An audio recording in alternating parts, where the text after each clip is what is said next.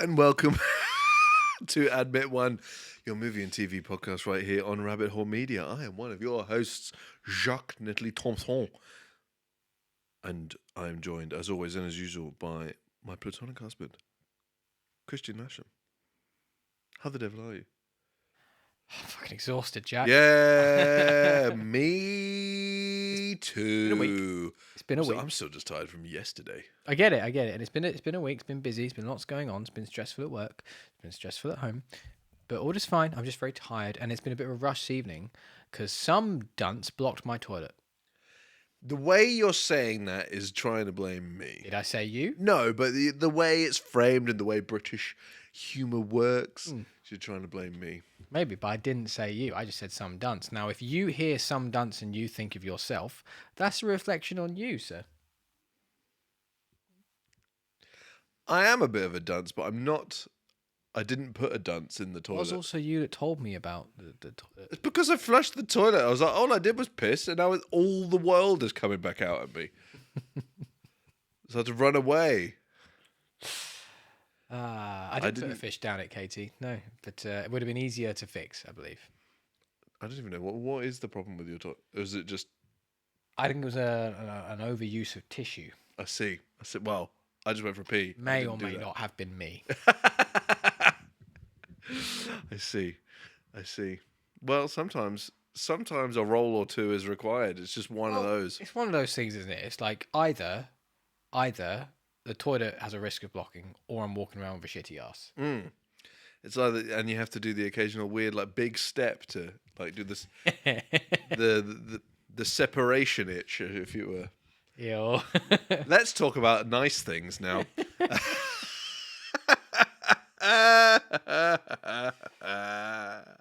Now we're back up and running. You can follow us on Instagram at Rabbit Hole Media _UK and on TikTok at Rabbit Hole Media, where we'll eventually do something. We keep saying this every week. We haven't done a single fucking thing. We haven't even had a conversation about it. I just rewrote the rigmarole, and then we did nothing about it. Yeah, we will. We've had other things going on. I would like to. I do want to continue to point out we've not been doing nothing. That is true. We've not been doing nothing. That is true. Although you could say we have been doing nothing. Absolutely. That's exactly what we've been doing. Yeah, absolutely. God, I love us. We're making jokes that literally no one can understand. That's what I like. Yeah. It's just for you and me. You and I? Me and you. It would be you and me in this particular thank you. instance. This is something that Colin Moriarty has taught me No, about I know. grammatical usage. Yep. It's take the other person out of the equation. And Which one would you say? Me and you. Yeah. So Tom and I were discussing assumed versus presumed today as well. To assume is based on nothing. To presume is based on you have some form of evidence, but no actual conclusion. We were discussing that throughout the course of the day. And then Tom was able to use a presume correctly by the end of the day. He was like, excellent, I've been learning. The one that always gets me is affect and effect. Yeah, I haven't quite sussed that one yet. No, because I look up the definition every single time and I mean go, the same thing? I'm none the clearer. Yeah, because I feel like the descriptions mean the same thing. If only you two could watch this so you could get the jokes and laugh. Oh, I see. I mean, we could watch it. I do end up watching some of it just to check it's all not fucked. To be fair, it's green this time. It is green this time. Woohoo! It's a freaking loot. Progress. Or is it progress? I can see there has been some dropped frames at some point, but who the fuck knows? Oh, yeah, there has. Oh, fuck it. It's alright, I'm not being told it's shitting its pants this time, so... True. If you're an Amazon Prime member, you get one free Twitch Prime membership a month. You can give it to us. Yeah, you could. Because, you know, I like 38p every 6 months. It helps pay for nothing, doesn't it? Yeah. No. No. The occasional pot noodle, but Oh, I've gotten so into soba noodles. Like, I'm sorry. but to the point where some of this will make more sense to you later. But Jack got me into soba noodles because we had some soba noodles for a thing, and I hadn't had them before. And they're very good. I've been slowly going through all the various flavors. Yeah, they're really good. They're basic. If you haven't had them, they're just really nice pot noodles. Yeah, essentially. it's because they're not wet. They're not wet because it comes with holes in the lid, so you can pour the water away, as opposed to just having bitty soup that is pot noodles. Absolutely. But I have had too many of them a little bit. So you're like, And I have found myself in situations where I've had some at lunch a couple of times. It's like I can still taste them the next day. Yeah. I just cannot. That is the chemical fusing to your tongue. Yeah. But what I wanted to say about the soba noodles is a sweet and sour one. I've not seen that one. I've not had that one. Okay. What I did want to say about them though is I was in Aldi recently, and Aldi do their own brand of the soba noodles. Identical. Nice. Identical. Now it is quite amusing because they're not exactly cheap. They're not exactly expensive foods. So I would just like to praise Hannah's 10 out of 10 joke. Yes, excellent. Soba noodles, drunken noodles, arch enemy. Fantastic. 10 out. I have not had the new pad thai one, and that sounds delicious. I didn't know that either. I might have to have more soba noodles. Yeah. Me too. Sweet and sour and a pad thai one. I think lunch tomorrow has been sorted. Yeah, all right. Where can I get those? Asda? Asda normally have a good range of soba noodles, I found. Nice. I mean, honestly, that Asian marketplace in Yes. in Crawley. Yes, I did spot a bunch earlier. Yeah. Longdon's. Yes, that's the one. Thank you. Oh, Hannah, with some trivia. Soba is actually just a shape of noodle. It took me a minute to yes. realise what you were talking about. Oh, is it? Okay. Soba and udon and ramen and yeah. But there is actually the brand of pot called Soba. Yeah. But also yes. Anyway. Okay. Fine. Cool. Good stuff to know. Good to know. Thank you. Thank you, chat, for the noodle feedback. Who knew that this is where it was going to go? Who noodle?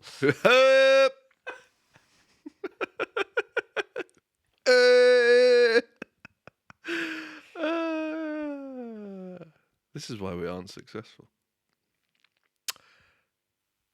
Released in the UK on the 28th of September 2003.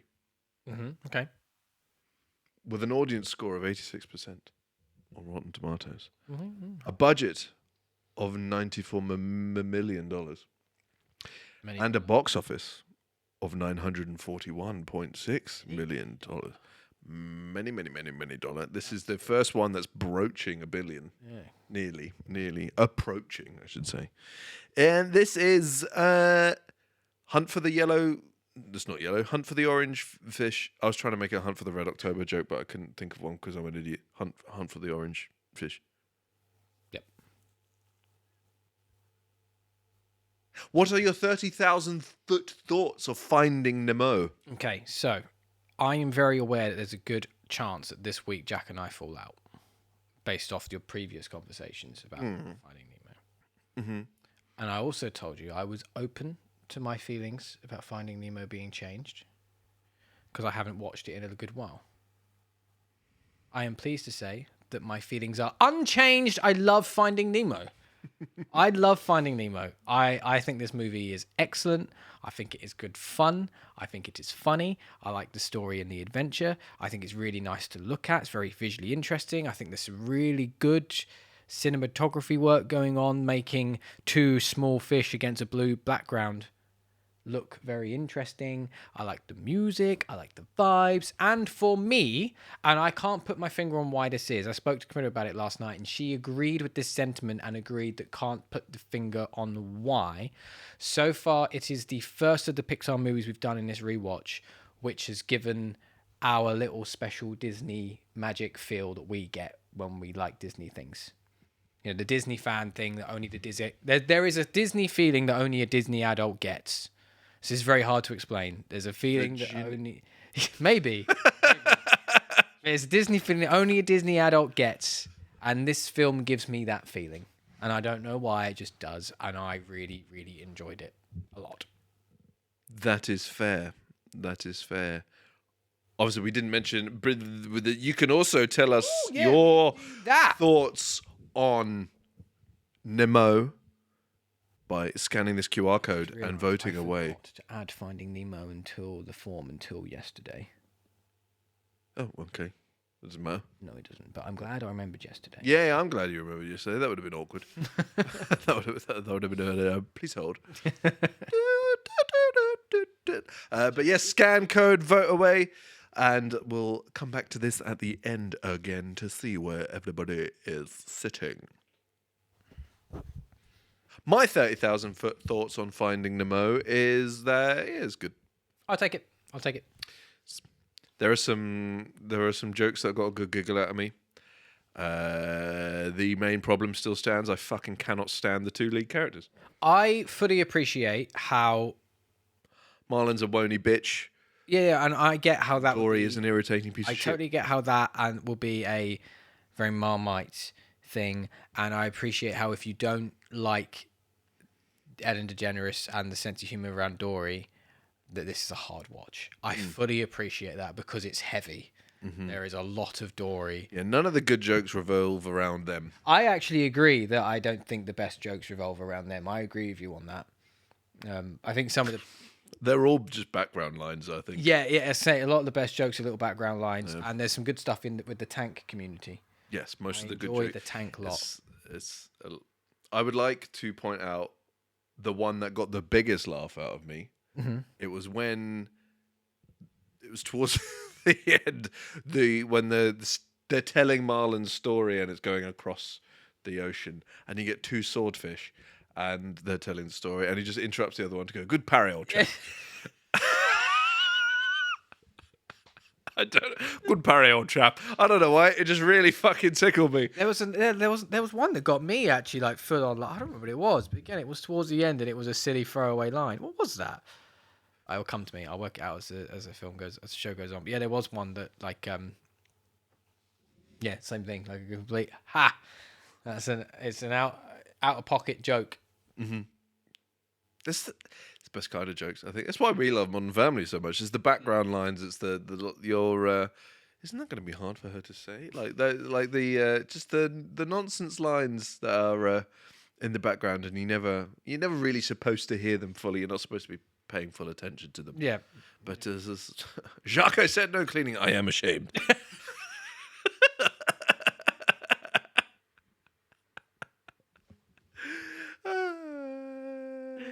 But yes, mainly I absolutely hate. He touched the butt. Yeah, it's a pretty big butt. Just the main characters are irritating. Otherwise, I think this film would be way, way higher. I enjoyed it more than I expected. Still, more than I remembered. Just because all of the other stuff is so good.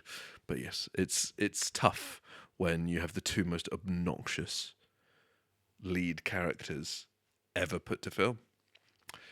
It's really difficult. You and your hyperbole. I don't think it is hyperbole. I think that actually was really hard for me to say.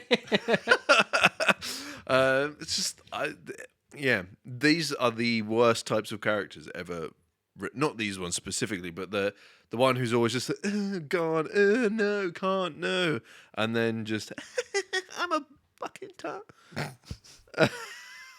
Like, great. Comedy duo. It's like, this is why I think, like, I can't stand movies like Dumb and Dumber and stuff like that. Yeah. Like that sort of thing. I get it. And I do get that if that's not your sense of humor, if you don't click with that, I do understand how this will be a tougher watch because it is very heavy. Like, so much of it is around Dory in particular. Like, she's a very vocal character in it because part of the character is she doesn't shut up. So obviously she keeps going and going and going. I'm really not looking forward to Finding Dory. Sorry. I might just lie. But is there not, just out of curiosity, is there not any of the moments with Dory and Marlin that are comical to you? Because watching it as an adult, some of it felt a little tired. I can see how as a kid that was fucking kidding me. I get how as a kid that was kidding me. But like some of it felt a little tired as an adult. But there was some stuff I really enjoyed, like little ones. Like I quite enjoyed she's trying to speak whale, right? There's a whole fucking 15 minutes of her trying to speak whale. I quite enjoyed the idea of the different dialects. That amused me. I thought that was a funny joke. And then after all of it, they get through. They get spat out the thing. Marlin realizes he's got them there, and then he goes, "Thank you." She goes, "Well, I wish I could speak whale." Like that's a great joke. See, but that one's not too bad. But that's because that's removed all of their personality out of it. Yeah, but I'm curious if there was So any like, moments. Little bits like that, but sure. But for the most part, no. Because all it is I realise this is rich coming from me, but it's just Marlon complaining all the time, and yeah. So that's that. But at least with this one, everything surrounding it is good. Whereas in Finding Dory, nothing's good. I don't really remember Finding Dory. Right? That's because nothing was good. It's not memorable, clearly. All I know is that there was a van driver at some point that's chasing his van while the octopus drives it away, and that van driver is voiced by the same guy who voices Nemo. That's all. I don't even notice. That's all I know. Talking about. Okay, that's interesting. We'll get there Indeed, it may be eventually. Perhaps eventually. 9 years. Yeah.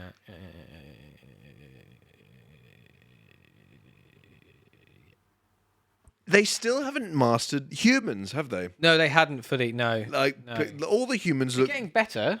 I don't think they are. Getting better. They have They like clearly figure it out before next week. they have But, like a style to them still though. Even like The Incredibles has a very particular like Pixar style.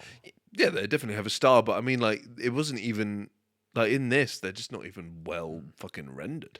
I think though, humans aside, I think obviously these have been improving film on film in terms of CG, of course. I do think this one is the most visually interesting, the way they dealt with the underwater. And there's a lot going on with like the particle effects and things moving around and stuff like that. But I think the way they dealt with that, I managed to continue actually making that also look cinematic, like moody lighting and stuff like that. It's not realistic, it's stylized to fuck because It's a cartoon. yes, but and the whole film is set underwater. If you did it realistically, it'd be pitch black. It'd be quite dark. And also they do a sequence where it's dark. And they play with light quite effectively in that sequence as well. So I think that's really good, very interesting. And like I said, there's a number of shots and sequences where it's just Marlin and Dory, so two very small fish, clownfish and the blue reef tang. They're very small, just swimming against the open ocean. So they're just against a blue background. But a blue background. I realized I said that, a blue background. But I feel like they make that look very visually entertaining still, and also it really sells the idea of the isolation and the scale of the journey they're going on, and like the big blue, and that how small these fish are, how small they are, how insignificant they are in this journey that they're on. Really, I think that the imagery of that works very well against the imagery of the story, because the imagery of the story is very much about almost feeling insignificant, being made to feel insignificant by your dad and everything, and that there's more to you than it. Because Nemo becomes like, you know, he saves the fish from he escapes the tank. He helps all the fish that are being in the fishing net at the end, all this kind of stuff. And I think that, the imagery of that doubles up really, really nicely. I think they do a really, really good job with that. It's proper Disney storytelling filmmaking. I love it. It is a very pretty film, of course. And obviously, the actual animation is obviously getting much better. This is the first time I haven't been like, ooh, on the whole thing. Well, not but like, oh, this hasn't aged as well as I thought, type thing. Other than the humans. The humans are scary. I love the dentist. I actually really like the dentist. I like how it's everything with him is chaos. Like, there's always like He must work for Rabbit Hole. I think it's so funny, and that he accidentally pulls that guy's tooth. Yeah.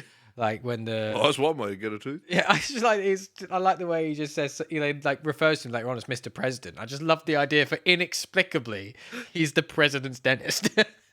It's just so random. I love that. I think that's great. Nigel, the bird, Jeffrey Rush. Is it? Yeah, I didn't know that. I learned that whilst watching the film the other day as well. Old Captain Barbossa himself. Indeed. Obviously, everyone knows Gil is Willem Dafoe. Yep. it's hard not to be like. I think newborns would be like, that's Willem Dafoe. Yeah, it's a very distinctive voice, isn't he? Willem Dafoe. Yeah.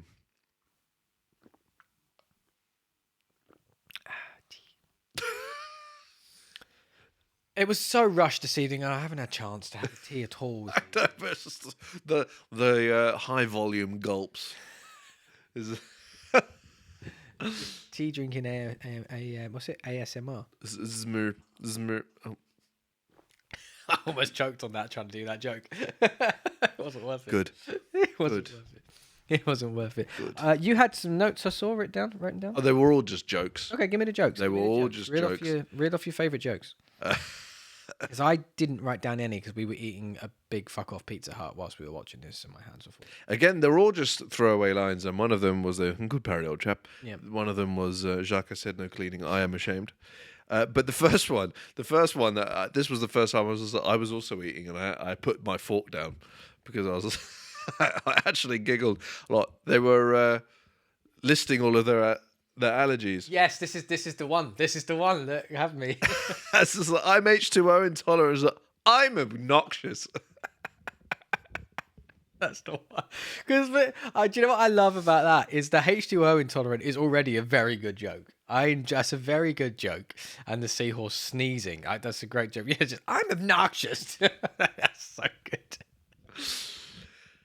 There is quite a few things in this movie that I do quote on a daily basis still, even now. Yeah, Just Keep Swimming is one that keeps popping up. What's the other one? I say you made me ink a lot. Oh, I don't. I say that a lot when There's no scenario. Whenever anyone makes me jump or in any form, or I always go, "Oh, you made me ink." I've always said that. Fish are friends, not food, is something that is very much stuck into the I've never zeitgeist. not said mine. Oh, mine. That's the one. Mine. That is the one I was trying to think of. That And is the just crabs. ingrained. Aye. Oh no, I don't do that. But yeah, the mine. Every time I want something. Yes. Or I'm claiming something, whatever it might be. Mine. Yep. So it's This stuck with me.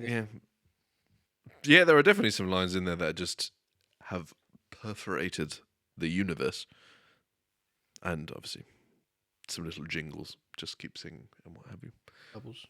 Bubbles! Hello, Bubbles. He touched the butt was another one that I wrote down. And Bubbles was the other one. So this is all I wrote down was just some jokes. So, the humour being hit and miss aside, for me, the standout thing for this film, because I gave this a lot of praise early on. You did. What it is about this movie for me, I think, works so well, and it's Pixar starts to do this a lot still going forward now. Like Rich has just come straight in with it with what I'm about to say. It's the first Pixar film with many more following that decides to destroy you right from the start, and Pixar and Disney as well has never shied away from Murdering parents, but also emotional heartache and the importance of that in a good story. And we talk about this on this channel a lot. Last of Us is a good example of what you're getting out of it is not happiness, not necessarily enjoyment, but you enjoy the sensation and the feeling you get out of it. And I think sometimes having that heavy emotional weight that doesn't leave you feeling happy is a very good and cathartic thing for us, especially as humans, to do that. And I think this is where I think this takes a bit of a turn for Pixar and a leveling up in its storytelling. Because up at this point, there has been some troubling things and sad things, but this film stuff deals with a lot of serious, weighty things. If you think about it, it's dealing with the loss of a partner and a family, what that's like as a single dad dealing with that, and then losing the only thing he's got left. Mm-hmm. So that is quite a big, serious topic to be dealing with. And then at the same time, also dealing with the story of, from Nemo's perspective, of being lost. And I feel like as a kid, and I might be wrong here, but for me as a kid, I remember being terrified of the idea of getting lost. I'd always hear about lost children and getting lost. And I was terrified of the idea of getting lost. So that, as a kid, is a very scary concept as well, being lost. And I think this is what Disney have always done very, very well. And not just Disney, but Disney does very well, is having this sort of storyline that suits both the adult watching it, the parent and the kid, the whole family thing. The kid is going to relate more to the storyline of Nemo, why the parent is more likely to relate to the storyline of Marlin. And it kind of brings everything together. So then at the end, when they both get their return together and that learning to trust each other, Marlin has to learn to trust Nemo, which he learns through Dory. And Nemo even learns to trust Marlin, which he kind of learns from Gil a little bit. Like, and then as the audience watching it, kid and parent, you're reaching that moment together. And I think that's very clever and very well put together, and I think very deliberate. I don't think that's an accident. No, it's one fuck off accident if it was, because that's an ungodly level.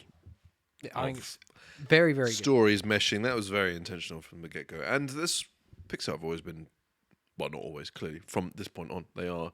I just think this is where they take like a bit of a new turn. Yeah, turn into a way of storytelling, and not in all of them. Like there are some that are very simple, basic kid movie stories again, and that's not necessarily a bad thing. It's just sometimes that's what you need. Putting out, yeah. Some of the I keep thinking of there are so many movies where it's when Disney lost its identity and just became Pixar, where I was just like, some of these movies on the list I was like, they're not on the list. That's really disappointing. Like Big Hero 6, I would happily just pretend is a Pixar movie for. Well, you've kind of got that thing going on because like Pixar is the studio, and by the time Disney had like fully absorbed it, that had already happened by now. Yeah, I know. But that's what I mean. Like by the time Disney had fully absorbed it, they were Disney movies that Pixar were making for Disney. Is a way. It's kind of what's happening. Like, no, I know, but that's always been the case, even before they bought them. But there were Disney movies and there were Pixar movies. Yeah. But Disney just the Disney movies just fobbed off any form of studios, like their own style, and just started making movies that are nigh on identical to what Pixar movies was. So it just kind of blended together. And Hannah says, "Can we pretend Big Hero 6 is a Pixar film?" I would like to, and even like Zootropolis and things like that are just like Pixar movies, but it's for a lot of the time better than what Pixar is doing in the later years. So it's just like Plus I love Big Hero 6. Big Hero 6 is great. Anyway, we're not here to talk about that. Yeah, because you've got, when you go into that, you've got Frozen, Moana, Encanto. Like there's loads of big movies, big movies, which everybody thinks is Pixar. Yeah. So, but they're not. They Disney. They may as well. But I do feel like those movies, maybe not visually, but they do have a slightly different flavor about them. I actually disagree. I think they're pretty much the same. I think the flavor is the Disney ones have stayed good, whereas the Pixar ones haven't. It's a very, very subtle flavor. But for me, what it does is those films, to me, feel like classic Disney movies. Beauty and the Beast, Snow White, all that kind of stuff. Just I'd say Frozen does. I don't think the others do, personally. I think they do because it's all that kind of there aren't Pixar movies, or at least I can't think of any Pixar movies where they break into song. Put that thing back where you came from. Also, help me. Yeah, but not. Just keep swimming.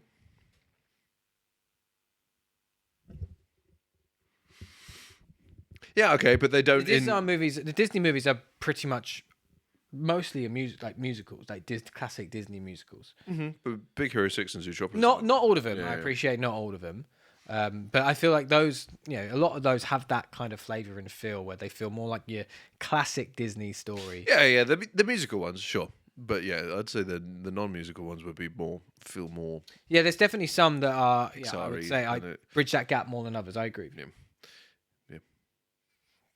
Anyway, Nemo. I am a big fan of the pufferfish. The same voice actor who plays Din, the beetle in A Bug's Life. Oh, is it? Mm-hmm.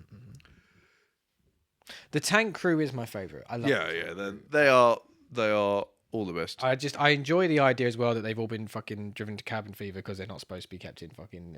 I love that idea, and all their little characters like Debbie with Auntie Flo. Like it's good. Say Jacques is good. I love the pufferfish.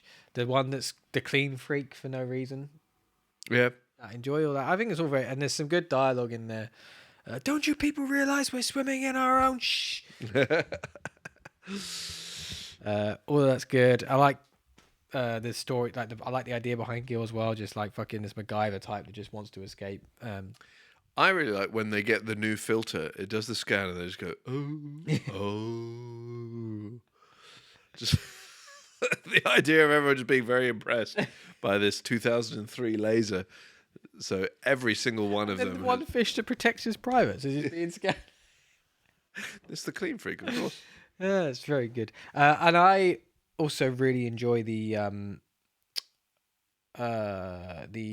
induction scene. Shock bait, hoo ha ha. That's very good. I just like the this big build up of the Ring of Fire. Is It just goes really easy. I know, I love it. I love it. It's great. That's good humor, good comedy. Isn't there any other way? I like Peach. There is my favorite Peach line is not in this film. My favorite Peach line is on a Finding Nemo ride in Disney World, right? And there is in the second film, Finding Dory, there is a song that gets sung. So another example of Pixar movie breaking into song, you're telling me? Yeah, that's annoying, isn't it? I don't remember the context of it, but there's a song called Big Blue World, right? And in Disney World, there's a ride you're on. It's called Nemo and Friends. And it's just a little, like, people mover, like a fucking sit on the car and it goes around, like Haunted Mansion style ride. But you're going through, like, you're under the sea and you're also then going through an actual aquarium as well. It's kind of cool. And then you get off and you're in an actual aquarium. It's very cool. But all the way around, they're all singing this song and it's a very annoying song. And it's just the same chorus on loop, like all Disney rides. But it's a particularly annoying one. And as you get to the end, you go past a thing with Peach is on the thing and she's just going, I mean, it's a nice song, but they don't stop singing it. Yeah. I think the most impressive thing I've seen in Disney World is that Crush thing. Oh, mate, it's fucking mind-boggling. It's so good. Yeah, it's just a video wall with a turtle on it, but It's so good. it's clearly an actor somewhere. Very funny as well. It's very funny. Whoever that actor is not being paid enough. No, they're not. No, not Is enough. Yeah, it's Crush's turtle talk is what that is. Look that up online. it's very funny. Like the level of control they have over it as well. Like his actions. The clip I've seen is like, "What's your favorite food?" It's like turtle soup, and then he hides. Yeah. It's so good. Like out of control. It's crazy. It's good shit. It's very impressive. Out of all the things they've done, I think that was the thing they should be proudest of. Yeah, he's very good. It's very good. Very good. Very funny. Speaking of Crush, 10 out of 10. Yeah, excellent. Oh, totally righteous, dude. Jellyman. I love the bit where like Squirt is like giving him this exit plan and like talking him through what we're gonna do, and he's like, "You're really cute, but I don't know what you're saying." Say the first bit again.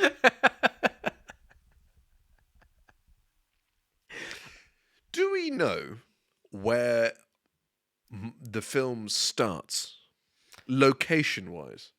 I'm gonna make an assumption that it's in the ocean. I'm gonna drown you in it. No, I don't think they do. I mean, is it the Great Barrier Reef? I don't know, because obviously there is many an Australian character, but Marlin's American, and so's Dory. Good point. Maybe they've like migrated there. Let's have a look. Where does Finding Nemo start? I'm using my friend ChatGPT. Stop! You're the reason hard drives are £400. I know. Just fucking Google it. They end up in Sydney, but this is far easier. I don't think it is. Is their starting location? It would normally give me a sensible answer. The Great Barrier Reef. Marlin and Coral live on a reef slope somewhere off the coast of Queensland. Exact spot is never named in the film. The geography story makes it clear.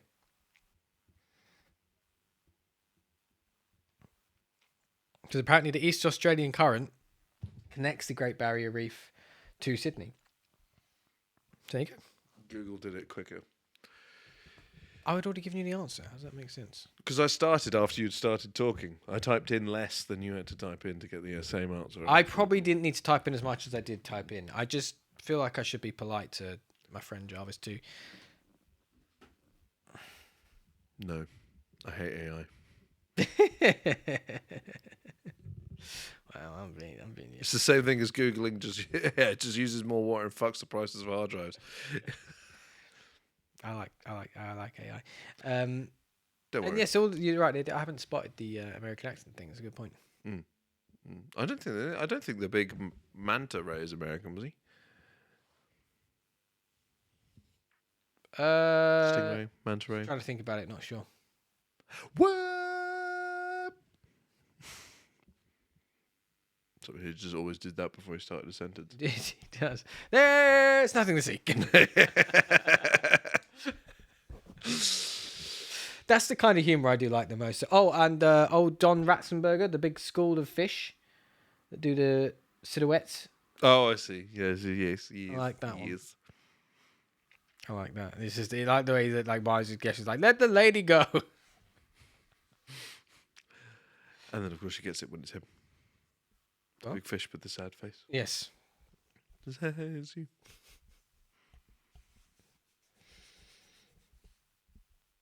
Anything else?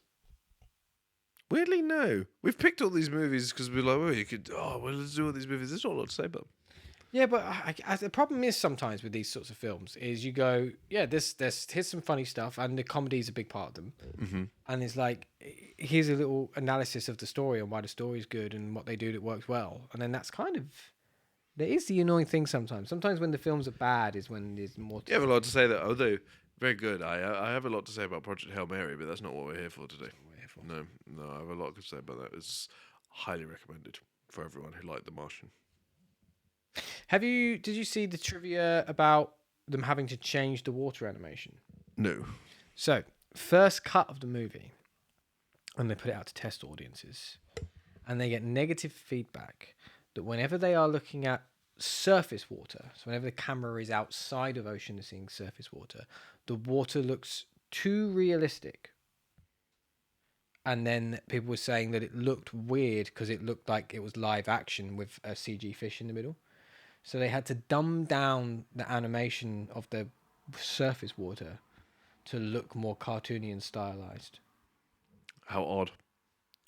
Speaking of jarring live action moments, I wasn't randomly watching. I was watching an episode of an anime called Fire Force, and then randomly in the middle, well, not in the middle, at the very beginning of an episode in the middle of the series, was just this section of a live action woman just doing random things, like walking around, Okay. doing like weird poses for like 5-10 minutes. I was like, what the fuck just happened?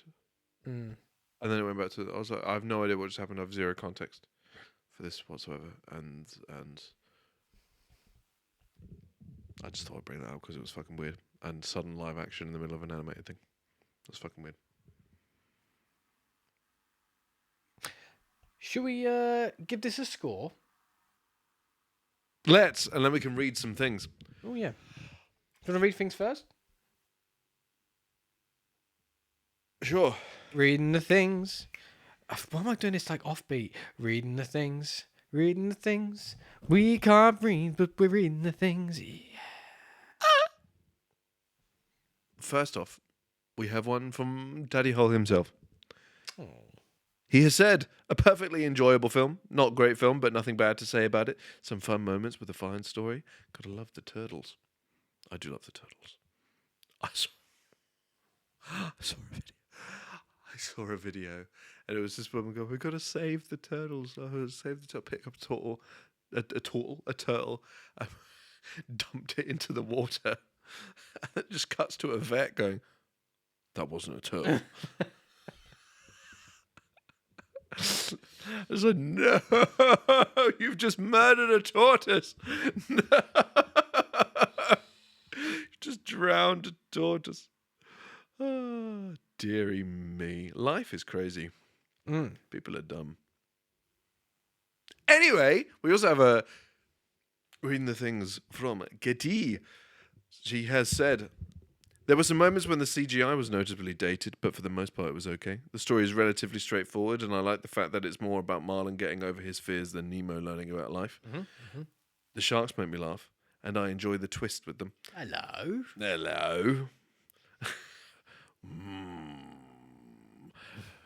I'm having fish tonight. The film is perfectly fine. It's just not one I overly connect with. That's totally fair.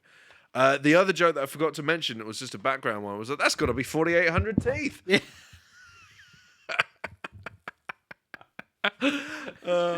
Sorry, they're just talking about the sharks reminded me. That's got to be 4,800 teeth. That's so specific.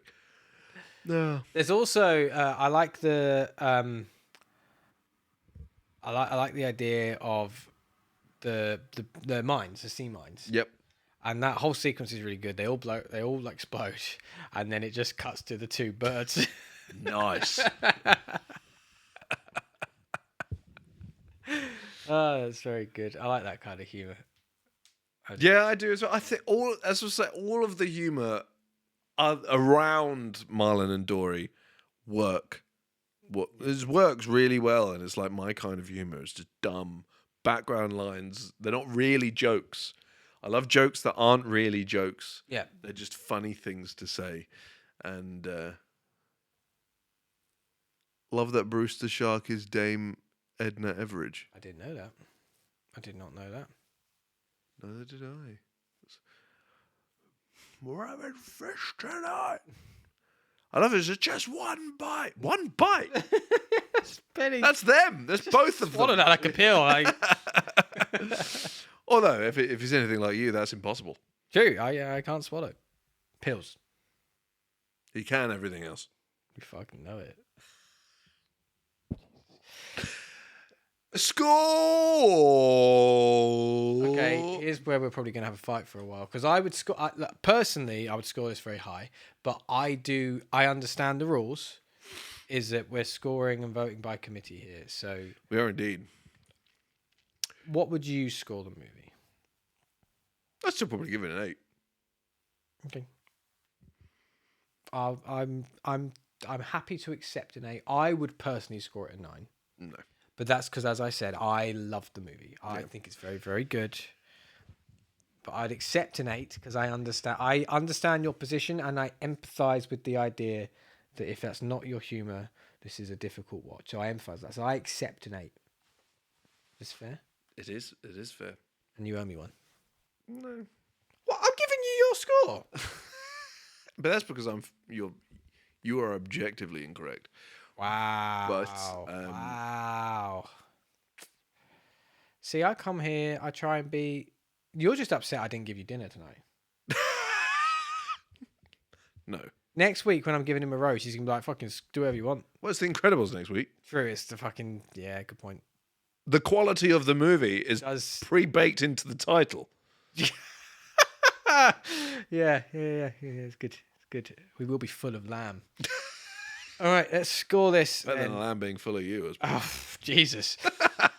Hey, so You think I'm from the valleys? Yeah. And placement-wise, I already know where I would put it. All right, well, let's bring up the official Rabbit Hole Media ranking so far.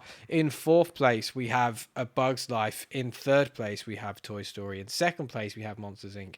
And in number 1, in 1st place right now, we have Toy Story 2. Where would you put Finding Nemo?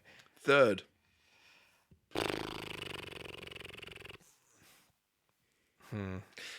This is where we're going to struggle because in my world, there is no objective argument that this is better than The Monsters, Inc. I get it. Yeah. I get it. And this is where we struggle because in my world, it's number 1. Oh, yeah, no. I think it's better than all of these. But this is the thing. Jack is so obnoxious sometimes. He's like that fish. I feel like it's just easier just to go with his score. You're the one that's clearly deluded and thinks it's better than Toy Story 2. Clearly deluded because I decided you were a good person to do this with. My tummy, like... Yeah, I was going to say, even really your weird. stomach disagrees with you. It's going, what the fuck are you talking about? Completely dis- How can you say that a movie with such obnoxious lead characters... Right, so you're thinking 3. Yes. I think I can accept 3. I'll accept it. It's not where I'd put it. But I It's just should rename it the official Jack ranking. I'm okay with that. It's not where I would put it, but again, I understand the rules here. We are doing it by committee. I'm sure there are ones later on where we'll be fighting the other way. But I accept it. We'll put it in third place above Toy Story. Or Monsters Inc. we can flip a coin for whether or not it goes above or 2 or 3. I do quite like that. I like that. Let's flip a coin. I'm going to find a website that just lets me Yeah, flip a because coin. I don't have a coin. I also can't flip coins. What is coin? Oh! I accidentally gave away the viewer ranking. Hopefully no one caught that. I didn't. I pressed the wrong button. Heads or tails? Heads. You bastard. It goes in at number 2. Excellent. Thank you, NEMO. We should play rock, paper, scissors. Okay, next time there's a stalemate. Rock, paper, scissors would have been way easier than Googling flip a coin. Yeah, well, next time there's a stalemate, we'll rock, paper, scissors it. Yeah, we'll do that. I agree. Okay. We'll do that. But fair is fair. Fair is fair. We've met in the middle. Vote away, everybody. Just keep voting. Just keep voting. I'm going to pop it up on the screen. Whilst that's up on the screen, I think now is a good time to go rogue. Oh, yeah, I found a thing in a petrol station. So there is a benefit to you not feeding me. True. That's true. I found, because we love our crisps, and quite specifically, we are distinguished gentlemen, and we love skips. And I found... Love a skip. Salt and vinegar skips. We also love salt and vinegar crisps. Yep. The burnier the better. Yes. If there is a 98% chance of hospitalization from a crisp, for example, discos. Oh. Salt and vinegar discos, which will, as you eat them, will uppercut you in the scrotum. They are the only thing better than salt and vinegar Pringles, I think.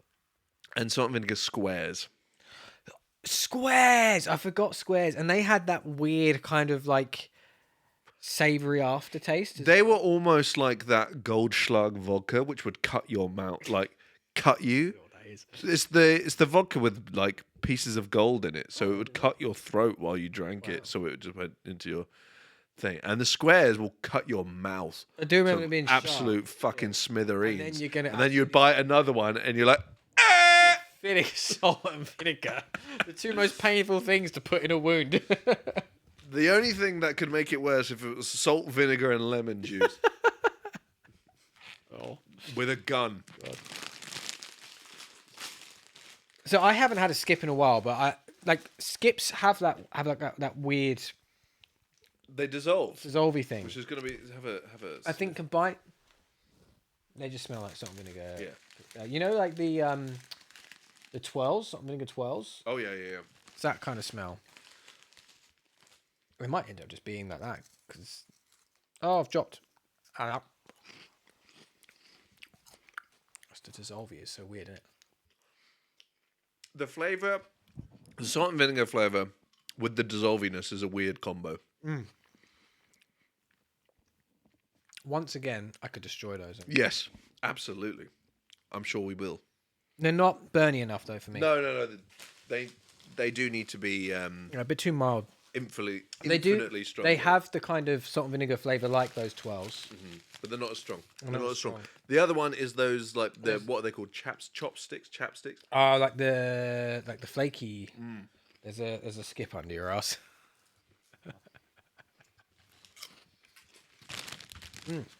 But yeah, they could do with being saltier. I remember there being distinct orange lines on skips in the past. There are on the prawn ones. Weird. I love skips. Skips and Wotsits do something to me. Fucking love skips and I fucking love Wotsits. They're pleasant. I really like those. Oh God, skips are just Moorish, aren't they? And because they dissolve, it doesn't feel like you're eating. No, that's the problem with them. It's like you are eating, but they dissolve, so it's like, oh, I haven't actually eaten anything. So you could eat 86 bags and then die. What a way to go. I know. I think I prefer original skips, but I could absolutely. I agree with you. Those. Original skips are better. Love the giant Wotsits. Fucking yes. Yes, I'm a big fan of flaming hot Wotsits as well. Hot Wotsits. Hotsits. Hotsits. Yeah. What? Wotsits on your Wotsits? Preferably nothing. Should we have a look at the audience score? Let's see what's happened. And let's see where everything sits. Boom. See, this is fucking hell. This is completely all Hey, over the it's all place. moved This- around, isn't it? So we have got in 5th place A Bug's Life with a 6.7. In 4th place, Finding Nemo with 7.2. Savage. In 3rd place, Toy Story 2 with 8.1. In 2nd place, Monsters Inc. with 8.3. And joint was tied Toy Story with an 8.3 as well. This is Coming out very different. very different indeed, didn't and I think that like this it. would like shift this early on. No, neither did I also feel like it's been changing a lot week on week. It's been I know Ace has recently done his main voted on Bug's Life. He said that he thinks it might be the first time he's seen Bug's Life. wow. And I remember We'll grow up liking, at some point. I remember Bug's Life being better, and clearly, because it's the bottom of both of our lists. Yeah. So it's Well, you're starting to make sense why it hasn't had a sequel. yeah. What I do need to do is change Letterboxd because I did my I preempted. Okay. I preempted, and I got outvoted by Fate. the pooter. Got outvoted by the pooter. So there we go. Hey, there's lots of films still to come, There are indeed. and there are definitely ones that are going to sit above Oh, yeah, next week. Nemo. So Next yeah, week. for what's sure. your early prediction for next week? Number 1. Yeah, same. For us, anyway. I don't know about the audience ranking. These people have gone completely rogue. It's just crazy. This is an insane list. Toy Story at number 1 is the thing that's most insane Yeah, to me. I can't see a world where Incredibles isn't up there. Like that's because it's an incredible movie. I think already got goosebumps. Incredibles 2 won't be on there. But Incredibles will be on there. Incredibles 3, 2028. And we'll find out next year, I guess. That's not 2028. Oh, you're correct. And Coco 2 in 2029. Really? Yeah. It's not one to do a sequel for. Either they've recast him or he's now 40. Coco, the middle-aged. Okay, fair enough. We'll see. We will indeed. Next week is Easter Sunday. It is. We've decided, for the sake of an excuse to eat chocolate on camera, we will be doing The Incredibles on the coming Sunday, on Easter Sunday. So we're going to fill ourselves up with lamb and chocolate and then talk about The Incredibles. What a day it's going to be. I know, right? Shall I come over first thing and we'll watch The I Incredibles? was just trying to work out if there's a way we could squeeze in watching The Incredibles together. Probably I not. was just thinking that, but You've got a lot of cooking to do. I have got a lot of cooking to do. I'm not making the eggs from scratch, though, just so you know. I am The eggs? Easter eggs. Oh, I see. For some, Will it be rankings of Easter we have done that before. We have. I don't think we're financially in a position to do that. There may anymore. or may not be some Easter-related shenanigans on the show. I don't know what they are. I'm being kept in the dark. I have For also surprise been purposes. told that Camilla has told me that there is a Easter surprise for both you and me as well that I don't know about. This is very exciting. Wow. I like Easter surprises. I don't even know what it is. This is how exciting indeed. Is it that Keeda is actually a person in a suit? That'd be fucking weird. It would certainly be weirder for you than it would be for me. It would be very weird. It's just a 50-year-old man named Bill.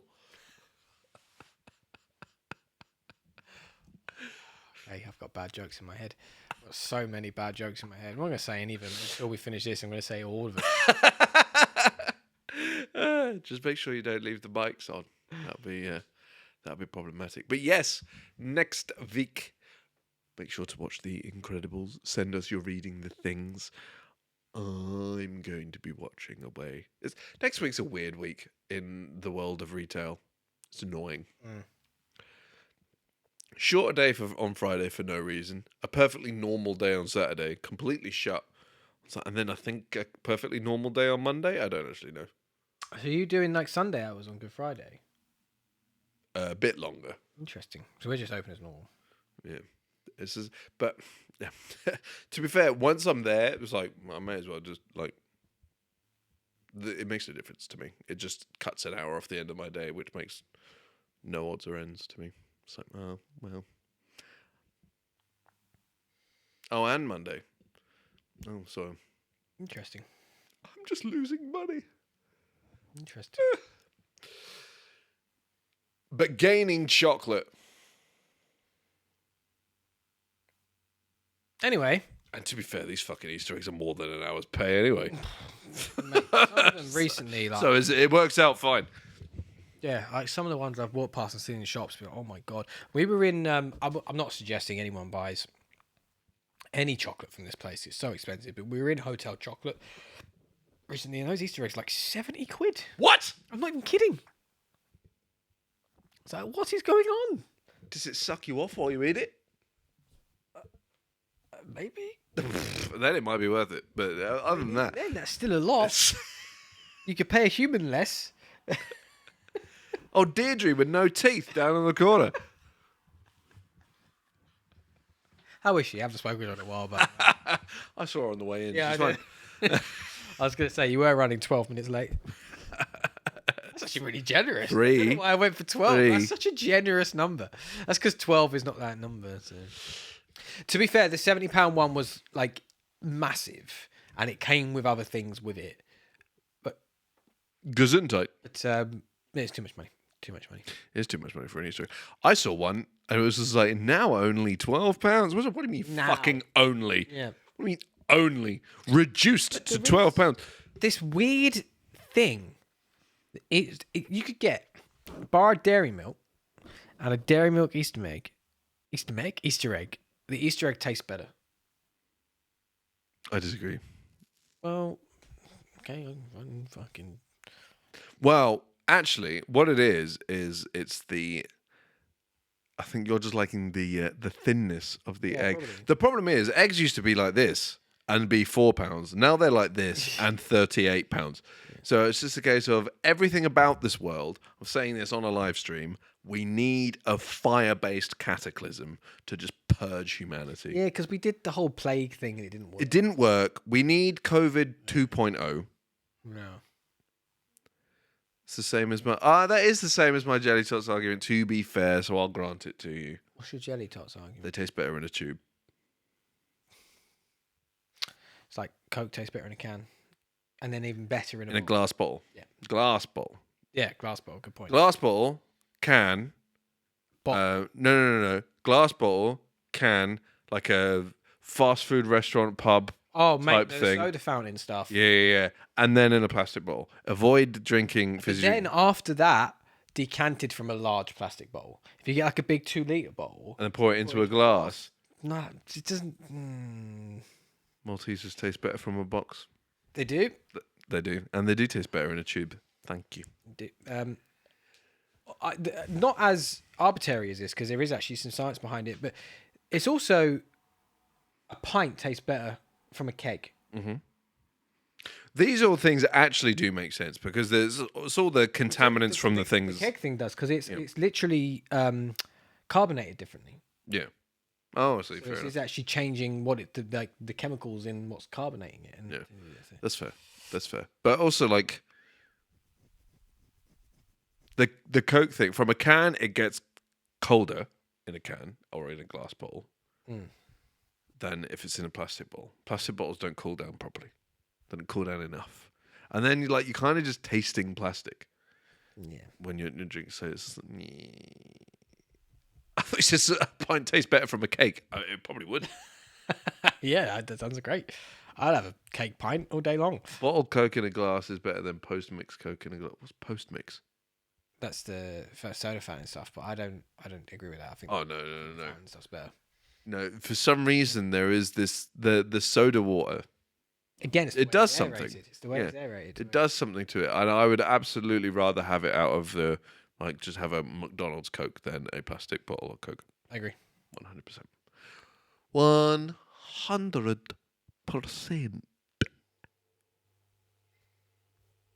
Your house is whirring. Yeah, isn't it?